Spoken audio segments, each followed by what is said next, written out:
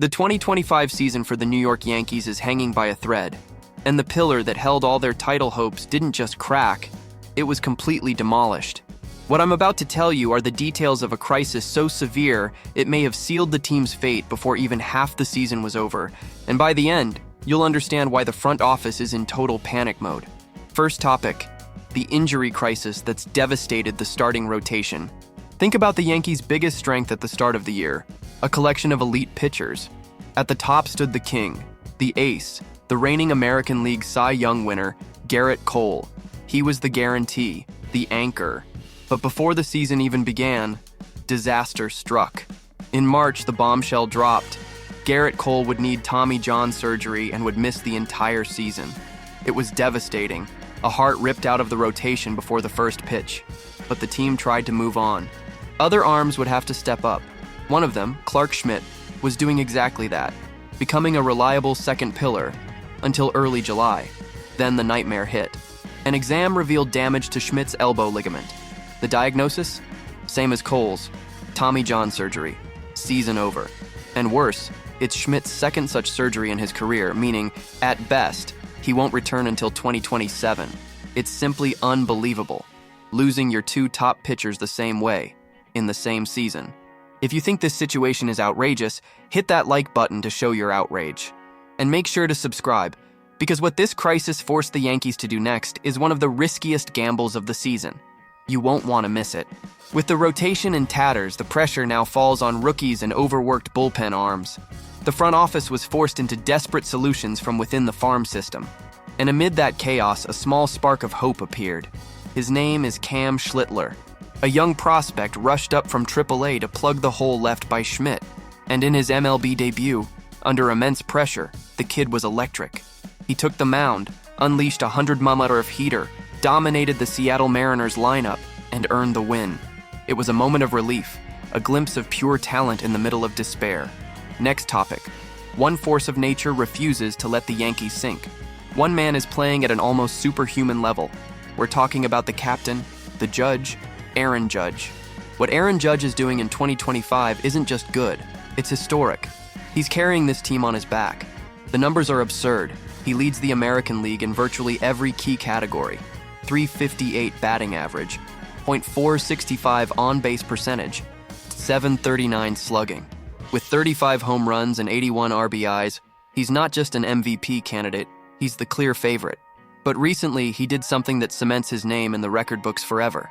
With his latest homer, Aaron Judge became the fastest player in MLB history to reach 350 career home runs, doing it in just over 1,000 games and shattering the previous mark by nearly 200 games.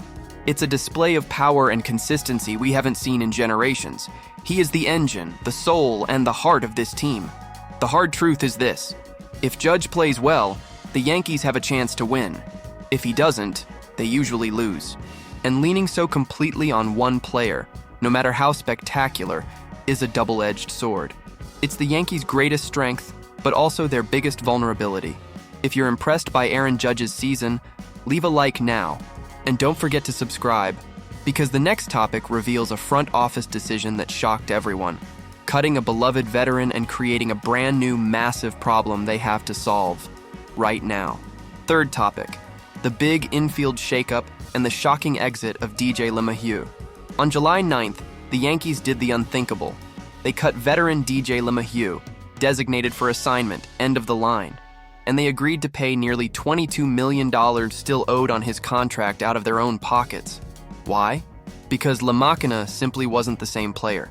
His batting average had dipped, his defense wasn't what it used to be, and physical limitations prevented him from handling third base, the position the Yankees needed most.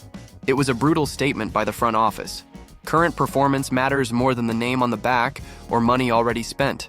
But letting LeMahieu go was just the consequence of another crucial decision. The front office finally admitted that the experiment with Jazz Chisholm Jr. at third base was a failure. After multiple throwing errors and poor defensive metrics, they moved him back to second base, his natural position, where he plays elite defense, where he performs at an elite level.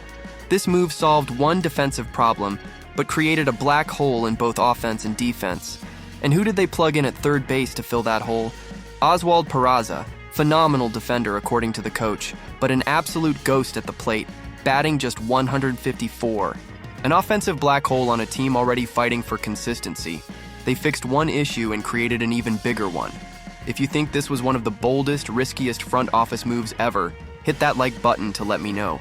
And subscribe now, because all of this brings us to our final and most important topic, the Yankees' desperate shopping list for the trade deadline.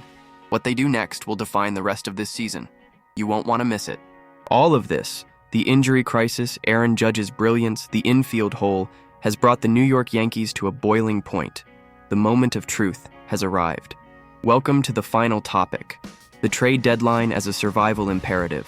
The situation is so dire that General Manager Brian Cashman publicly admitted the desperation. He was clear, "I'd certainly love to bring in a starting pitcher, some relievers, and an infielder if possible. This is no longer a maybe. It's a declaration of war in the trade market. The Yankees are officially in all-in buyer mode. But there's one problem, a big problem. When you shout to the world that you're desperate, everyone hears you. Every team with a decent player to sell now knows they can gouge the Yankees for an astronomical price. The leverage is entirely on the other side. Cashman's challenge is to fill these holes without selling the soul of the organization and its best prospects. At third base, the market presents a dilemma.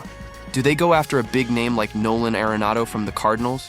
Maybe, but he's aging, his offense is declining, and he carries a massive contract. A huge risk of repeating the mistake they made with LeMahieu. Or do they make the smarter, low-key move?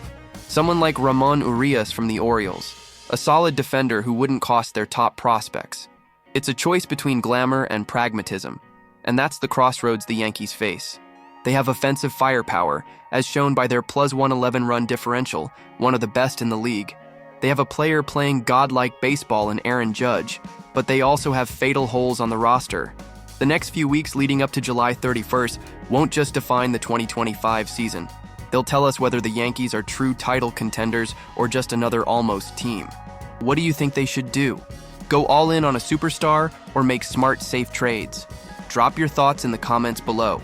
And if you want to follow every twist and turn of this drama through the deadline, hit subscribe and turn on notifications, because the Yankees saga is just getting started.